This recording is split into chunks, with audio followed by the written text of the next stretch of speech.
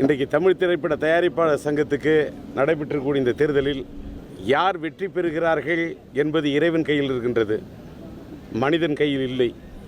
இந்த தேர்தல் அல்ல, எந்த தேர்தலாக இருந்தாலும் எல்லாமே இறைவன் கையில் தான் இருக்கின்றது. இந்த தேர்தலை பொறுத்தவரையில் ஏதோ தேர்தல் என்று ஒன்று நடந்ததாக இருக்கக்கூடாது. தமிழ் திரையுலகம் இன்றைக்கு திணறி கொண்டிருக்கிறது. உண்மையில் தமிழ் திரையுலகத்தின் தேர்தலாக இந்த தேர்தல் இருக்க வேண்டும், ஒரு மாறுதலை தரக்கூடியதாக இருக்க வேண்டும் என்பது மட்டும்தான் உண்மையிலே நல்ல திரைப்படங்கள் எடுக்கக்கூடிய தயாரிப்பாளர்களுடைய உண்மையான நிலைமை.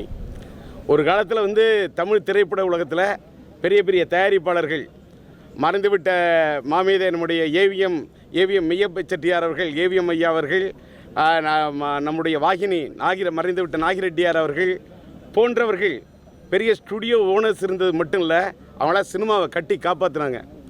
அதே மாதிரி இன்றைக்கி பேர் சொல்லக்கூடிய தயாரிப்பாளர்கள் நம்மளுடைய ஆர்பி சௌத்ரியாக இருக்கட்டும், இன்னும் அதேமாதிரி நல்ல நல்ல தயாரிப்பாளர்கள் ஏவிஎம் சரவணனாக இருக்கட்டும், ஏவிஎம் குமரனாக இருக்கட்டும், நம்ம பாலசுப்ரமணியம், இது மாதிரி பெரிய தேர்வான பேர் லிஸ்ட்னா எல்லாமே முரளி போன்றவர்கள்லாம் அத்தனை படம் எடுத்தாங்க. அந்த தயாரிப்பாளர்கள்லாம் படத்தை விரும்பி ரசித்து நேசித்து படம் எடுத்த தயாரிப்பாளர்கள்லாம் இன்றைக்கி சினிமா எடுக்கலாமா வேணாமான்னு ஏன் விலகி நிற்கிறாங்க? இந்த நிலைமை என்ன? ஒன்று சொல்லுவேன், உடம்பு முடியாமல் உபாதையில் படுத்துட்டான்னாக்கா அவனுக்கு உதவுறதுக்கு, உடம்பு முடியாமல் உபாதையில் படுத்த நேரத்தில் உதவுறதுக்கு பொண்டாட்டி மட்டும்தான் சார் ஜட்டி எடுத்து கொடுப்பா. அது மாதிரி உண்மையிலே ஒரு படத்தை ரிலீஸ் பண்ணால் ப்ரொடியூசர் மட்டும்தான் சார் பொட்டி எடுத்து கொடுக்க முடியும். அவன் மட்டும்தான் வட்டி கட்டுறவன், அவன் மட்டும்தான் கஷ்டப்படுறவன். ஒரு தயாரிப்பாளர் இல்லாமல் எந்த நடிகருமே, தூண் இல்லாமல் எந்த மண்டபமும் இல்லை, தொண்டரும் இல்லாமல் எந்த அரசியல் கட்சியும் இல்லை, ரசிகன் இல்லாமல் எந்த சினிமா நடிகனும் இல்லை, தயாரிப்பாளர் இல்லாமல் யாருமே வருவேன். இன்றைக்கி ஒருதலை இன்ஷா அல்லா இன்றைக்கி நான் இருக்க நல்லான்னா என்னை முதல் படத்தில் இந்த டி ராஜேந்திர வச்சு படம் எடுத்த EM இப்ராஹிம் அவர் இல்லைன்னா நான் இன்றைக்கி நிற்க முடியாது. ஆனால் இந்த தேர்தலெலாம் பார்க்கல எனக்கு ஒரே ஒரு மனசு மட்டும்தான் வருத்தம் வருது.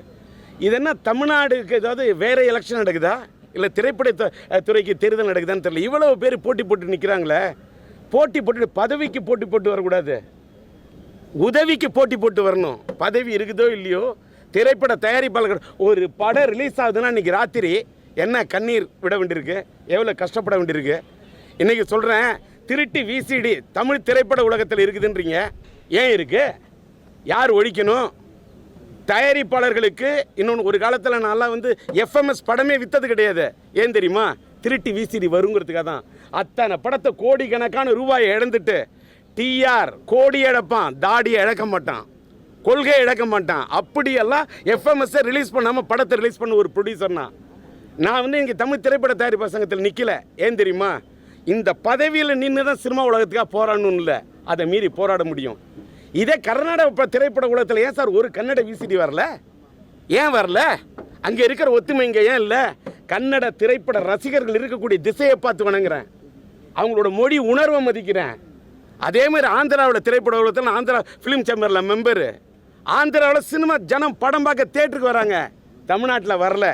தமிழ்நாட்டில் எல்லாம் அதாவது அம்மாவுடைய ஆட்சியில் நீங்கள் பார்த்துருப்பீங்க, எதோ நமக்கு இலவசமாக கிடச்சிது. அம்மா உணவகம் சீப் ரேட்டில் மக்களுக்கு உணவு கிடச்சிது. எங்களோட திரைப்பட உலகத்தின் அசிஸ்டன்ட் டைரக்டர்லாம் கூட அதனால தான் சாப்பிட்டாங்க. அதெல்லாம் வாழ்த்து, எல்லாம் ஓகே. திரைப்படங்களில் திரையரங்குகளில் மட்டும் டிக்கெட் ரேட்டு ஏன் இந்த ரேட்டு? டிக்கெட் ரேட்டு குறைஞ்சா தானே தேட்டருக்கு கூட்டம் வரும். இப்போ தருமபுரி மாவட்டத்தில் இப்போ ஓசூரில் ticket rate online rate collector பெரிய விலை விற்கக்கூடாதுன்னு சொல்கிறாரு. ஒவ்வொரு ஷோ அப்படி ஃபுல்லாகுது. இதை தியேட்டர் என்னமோ பேய் அடித்த மாதிரி 15 பேர் பார்க்குறது, 16 பேர் பார்க்குறது, 20 பேர் பார்க்குறது. எல்லா படமே பெரிய படமா? எல்லாருமே ஃபர்ஸ்ட் கிளாஸில் போக முடியுமா? எல்லாருமே தாஜ்கோரமட்டில் சாப்பிட முடியுமா? எல்லாருமே அடையார் பார்க்கில் சாப்பிட முடியுமா? சாதாரண டீ கடை இருக்குல்ல, சின்ன படத்தை யார் வாழ வைப்பாங்க?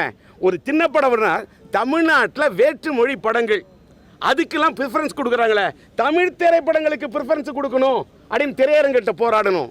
திருட்டி VCDக்கு எதிராக போராடணும். சின்ன படம் இல்லாமல் சினிமா எப்படியா வாழும்?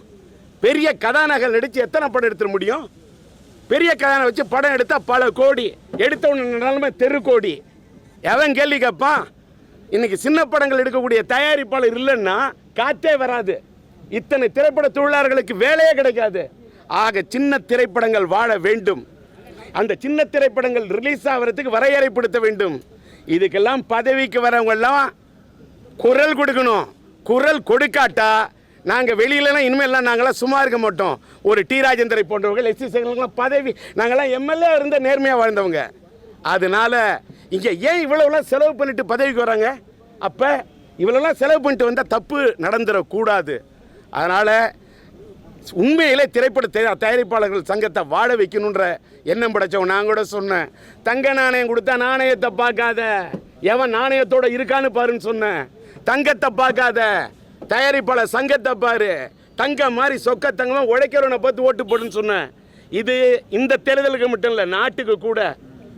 ஆர்கே நகரில் எங்கே இருந்தாலும் ஓட்டு போட்டால் ரூபாயை பார்த்து ஓட்டு போடக்கூடாது. காந்தி தாத்தாவை பார்த்துட்டு காந்தி அப்பா நான் அடைஞ்சிட்டேன் சாந்தின்னு ஓட்டு குத்திடாதீங்க. உங்களோட ஓட்டோட வேல்யூ 1 கோடிக்கு மேலே 2000 கொடுக்குறான் 3000 கொடுக்குறான் அப்படின்னு சீட்டு பெட்டி கொடுத்தா ஓட்டு போட்டுறாதீங்க.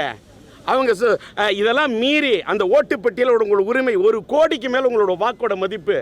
பொதுமக்களுக்கும் அதே தான் சொல்கிறேன், திரைப்பட தயாரிப்பாளர் சங்கத்துக்கும் அதான் சொல்கிறேன். தயாரிப்பாளர்கள் நீங்கள் சிந்திச்சாதான் நம்மக்கிட்ட ஒற்றுமை இருந்தால் மட்டும்தான் முன்னேற்றம். இல்லைன்னா ஏற்கனவே சினிமா சின்ன பின்னமாயிட்டு இருக்கு. இந்த நிலையை மாற்ற இறைவன் தான் முடிப்பெறணும். நான் நடிகர் சங்கத்துக்கு மட்டும் இல்லை, ஆனால் அந்த நடிகர் சங்கத்தோட அந்த இதுக்கு நடிக்கல் நாட்டு விழாவுக்கு என் மகன் TR சிலம்பரசனை அனுப்பி எங்களோட சார்பாக என்னை நடிகர் சங்கத்தின் தலைவராக இருக்கக்கூடிய நட்பின் இலக்கணம், பண்பாட்டோட இலக்கணம், பெருந்தன்மையின் இலக்கணம் நாசர் அழைத்தார். அவர்கிட்டே சொன்னேன், நான் வேறு ஒரு கவன் படம் ரிலீஸ் ஆகிருக்கு, நான் பிஸியாக இருக்கிறேன், நான் வெளியில் இருக்கேன், ஆனால் என் சார்பாக நான் வராவிட்டாலும் என் ரெப்ரசன்டேட்டிவ் அனுப்புன்னு சொன்னேன். தந்தை சொல்மிக்க மந்திரம் இல்லை என்பதை ஏற்று பண்பாட்டின் சிகரமாக என் மகன் போய் வாக்களித்துட்டு வந்துட்டார். போருமா?